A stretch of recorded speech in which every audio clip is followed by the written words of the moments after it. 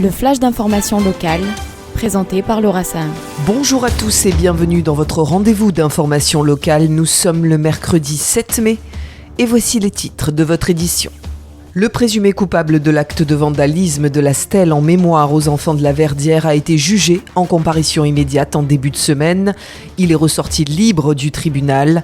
Le CRIF Marseille-Provence, qui s'était constitué partie civile dans cette affaire, exprime son désarroi par la voix de son vice-président Samuel Benamou, des propos recueillis par Jordan Toiti.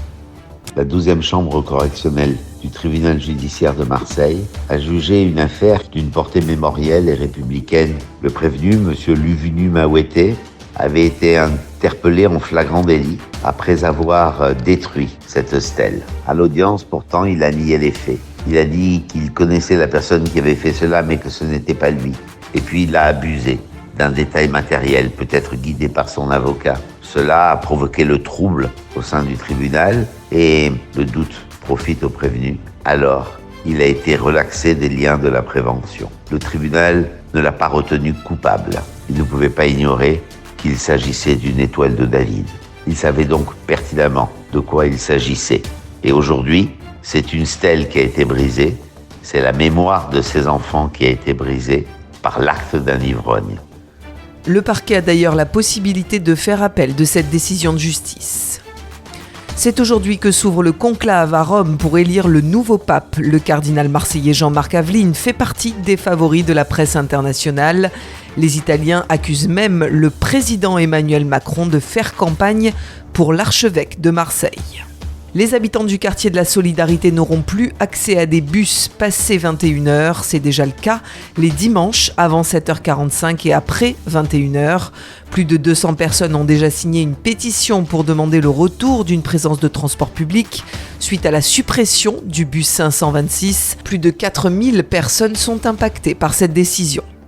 La 17e édition des Arts éphémères débute aujourd'hui à la mairie des 9e et 10e arrondissements de Marseille. Martine Robin, commissaire de l'exposition, vous en dit plus sur cette exposition majeure d'art contemporain dont le vernissage a lieu ce soir au Parc Maison Blanche. Pour cette 17e édition des Arts éphémères, nous avons choisi la thématique bifurquée qui donne l'occasion aux artistes de rencontrer le public dans un écrin de verdure, le Parc de Maison Blanche, qui vient d'être revégétalisé et qui, comme les artistes, montre une attention nouvelle aux vivants face à la nécessité aujourd'hui climatique.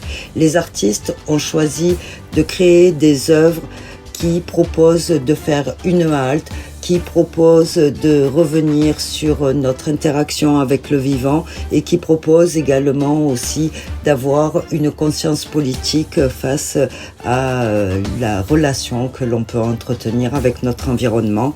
C'est aujourd'hui la sortie d'un livre polémique intitulé « La meute des journalistes » Charlotte Belaïch et Olivier Perroux, une enquête sur la France insoumise et la formation organisée autour de la personnalité de Jean-Luc Mélenchon, où les intimidations et les menaces seraient monnaie courante. C'est aux éditions Flammarion et cela sort aujourd'hui en librairie.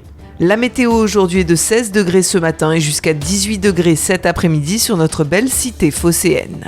Je vous retrouve à 13h avec l'invité de la rédaction. Aujourd'hui, je reçois Claude Ardide, grand reporter et auteur du livre enquête La fabrique du malheur.